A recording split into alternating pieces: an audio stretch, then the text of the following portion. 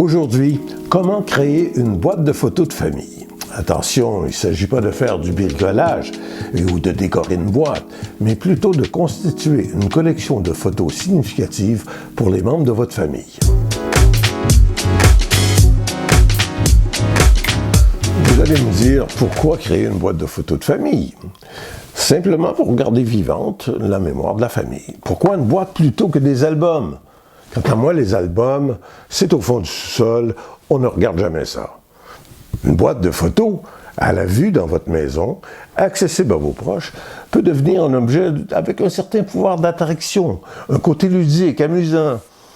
Tout un chacun qui passe chez vous peut y jeter un coup d'œil, fouiller dedans. Bien sûr, ça fait désordre, et c'est très bien comme ça. Parce que pour moi, une boîte de photos comme celle-là, ça doit être en désordre, un peu bordélique, où on trouve des photos pêle-mêle. Si vous voulez vos photos de famille bien classées, il y a plein d'outils pour ça, comme les albums et les livres photos. D'ailleurs, on peut avoir les deux, des albums de côté et une boîte de photos pour s'amuser à l'occasion. Pour ce qui est des livres photos, je vous en parlerai bientôt dans une prochaine vidéo.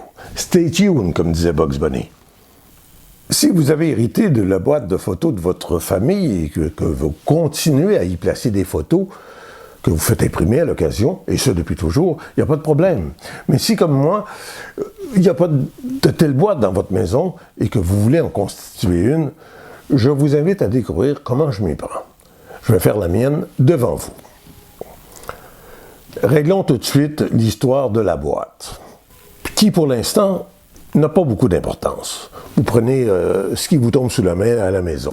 Quant à moi, j'en avais trouvé deux. Cette belle boîte, que je trouve un peu grande, une promotion pour les médias à l'époque, l'éternelle boîte de chaussures. Et je suis allé cette semaine chez Dollarama me procurer cette boîte que je trouve idéale pour 5 $. Ça va faire le travail. Alors, je vais parcourir la maison, aller un peu partout dans les pièces à la recherche de photos significatives que j'ai le goût de mettre dans cette boîte.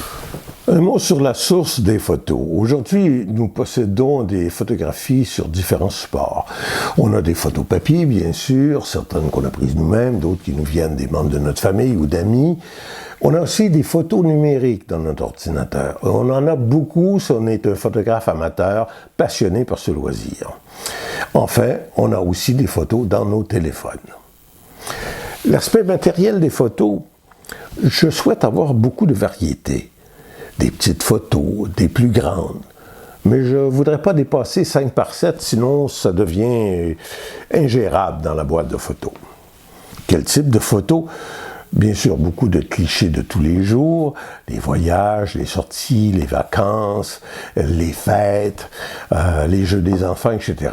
Des photos scolaires, des cartes d'étudiants, des photos de passeport, des photos de photomatons, des photos de mariage et même des cartes funéraires avec des prières à l'endos.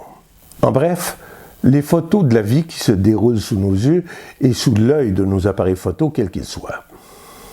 Qu'il ne s'agit pas ici de trouver les meilleures photos, les photos wow, dignes de concours de photos, mais bien de trouver des photos qui racontent le parcours des membres de votre famille. Ça ne veut pas dire de ne pas inclure de belles photos, mais je dirais que les qualités esthétiques ne suffisent pas. Il faut que les photos parlent, qu'elles racontent une histoire. Maintenant, qu'est-ce qu'on peut voir sur ces photos? Répondons d'abord à la question, on l'a fait pour qui cette boîte de photos? Évidemment, je la fais pour ma famille. Au centre, il y a ma blonde et moi. Nous sommes au cœur du projet. Avant nous, il y a eu nos grands-parents qu'on a connus, des oncles, des tantes, cousins, cousines, nos parents, frères et sœurs. Nous avons eu un enfant. Alors, elle forme un couple avec un homme, et ils ont eu 2 enfants. Voilà ce qui devrait constituer le corps du projet. De nos grands-parents jusqu'à nos petits-enfants. 5 générations, dont 3 vivantes. Évidemment, nos grands-parents occuperont pas une grande place dans la boîte, mais je veux quand même quelques photos pour les voir telles que je les ai connues. Même chose pour les oncles et les tantes. Je pense à une photo, entre autres, où mon frère et moi, nous sommes debout devant la voiture de l'année de mon grand-père, une Météor 1953 bleu poudre, sous le regard bienveillant de notre grand-père Doyon. Je veux cette photo dans ma boîte de photos de famille. Si jamais ma petite fille me demande « C'est qui? » ben, je pourrais lui répondre ben, « C'est moi. C'est ton grand-papa quand il était petit. » Ben oui, il a déjà été petit, comme toi. Et le grand monsieur derrière, c'est mon grand-papa à moi. Alors on fait le lien entre les générations comme ça, en parlant à partir de ces photos. Je déclare ouverte la chasse aux souvenirs. Photo importante. En Californie, au milieu des années 1980, alors on est en voyage et je suis devant Apple à Cupertino. J'ai insisté pour qu'on fasse un crochet pour aller à Cupertino, parce qu'avant mon départ, j'avais su l'adresse exacte d'une boutique réservée aux employés de Apple et je voulais absolument y passer. J'y ai acheté quelques gadgets avec la pomme et en sortant de là, évidemment, j'ai dit à ma blonde, je sais bien que ça fait quétaine, mais prends-moi donc en photo devant le logo d'Apple. Parce qu'à l'époque, j'étais évidemment d'obédience Apple. Pour les photos papier, j'ai de nombreux albums, des boîtes de photos aussi. Je vais passer tout ça en revue. Et les photos qui m'intéressent, je vais m'assurer de les avoir en numérique avant de les jeter dans la boîte. Parce que pour moi, les albums photos ne sont pas très précieux, mais je veux avoir les photos qui s'y trouvent en numérique pour pouvoir éventuellement les incorporer dans un livre photo. D'ailleurs, les photos de mon enfance et de l'adolescence ont déjà été pas mal numérisées parce que j'ai fait un livre sur la famille Doyon. Mais une fois numérisées, je les ai laissées aux autres membres de la famille. Je devrais donc les imprimer à nouveau. Par contre, les photos des années 1980-1990, je les ai en papier, j'en ai pas beaucoup numérisé, je devrais le faire. Dans les années 1970, j'ai pas grand-chose.